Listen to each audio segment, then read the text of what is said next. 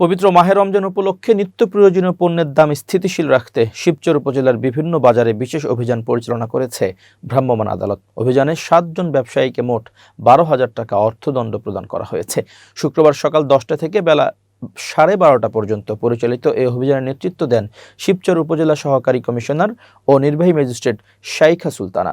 অভিযান শুরুর আগে তিনি বোরকা পরে ছদ্মবেশে বাজারে গিয়ে সাধারণ ক্রেতা সেজে বিভিন্ন দোকানে ঘুরে ঘুরে মূল্য পরিস্থিতি পর্যবেক্ষণ করেন। পৌর বাজারের মাছ, গোশত, মুদি ও ফলের দোকান সহ বিভিন্ন স্থানে ঘুরে তিনি অতিরিক্ত দামে পণ্য বিক্রি, ওজনে কম দেওয়া এবং খাসি ও ছাগির গোশত একই দামে বিক্রির মতো অনিয়মের প্রমাণ পান। পরে প্রকাশ্যে অভিযান চালিয়ে ভোক্তা অধিকার সংরক্ষণ আইন 2009 এর 37, 38 ও 40 ধারায় 60টি দোকানে মোট 12,000 টাকা জরিমানা করা হয়। এ সময় সংশ্লিষ্ট ব্যবসায়ীদের কঠোর সতর্কবার্তা দেওয়া হয় এবং নিত্য প্রয়োজনীয় পণ্যে কোনো ধরনের সিন্ডিকেট বা কৃত্রিম সংকট সৃষ্টি না করার পরামর্শ দেওয়া হয়।